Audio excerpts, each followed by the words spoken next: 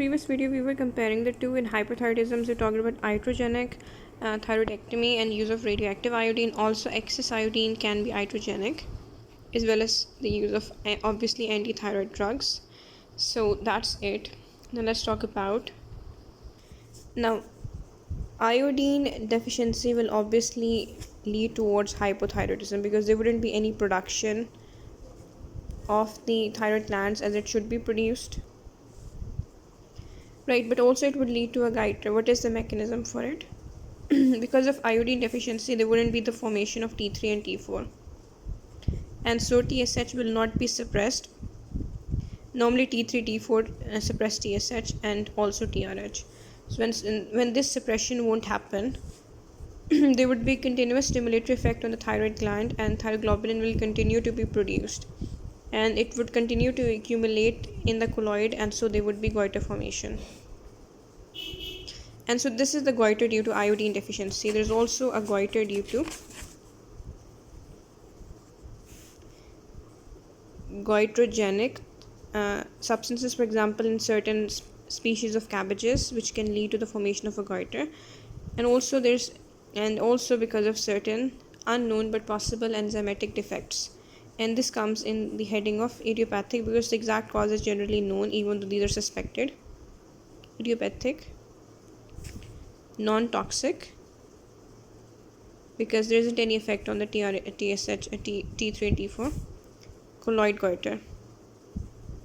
Again, for example, there might be a deficiency in the peroxidase enzyme, some problem in iodide trapping, or goitrogenic substance might act like propionathyl uracil and inhibit peroxidase. Either way, there wouldn't be production of T3 and T4 because of these defects, and that would again lead to the same situation. TSH will not be suppressed because these are not in less number. This will not be suppressed, meaning it will be as normal, and there will be continued activation of the thyroid gland and formation of thyroglobulin, and eventually there would be the formation of the goiter. When we talk about treatment options for hyperthyroidism and hypothyroidism, for hyperthyroidism we considered the drugs propionathyl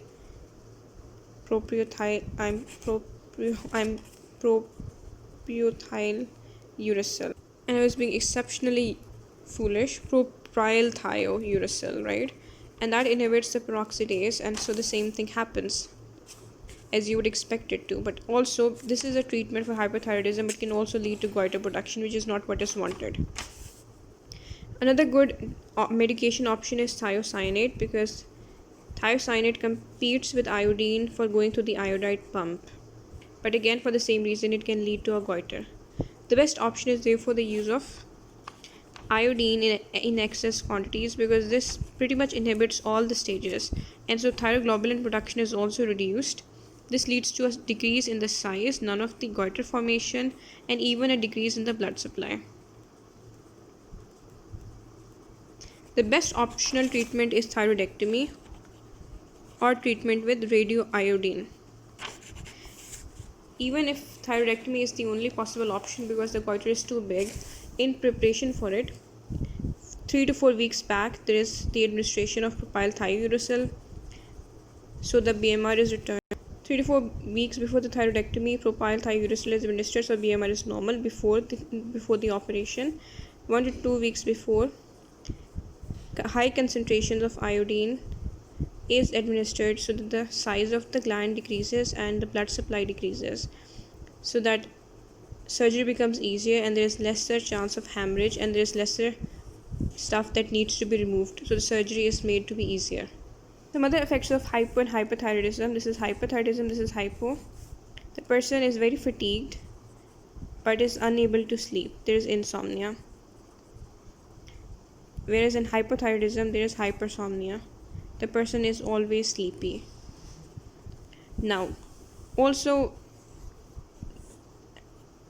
the growth hormone production needs thyroid hormones. So in hypothyroidism, growth, especially if hypothyroidism is in a child, in an infant, it leads to growth retardation, which brings us to cretinism.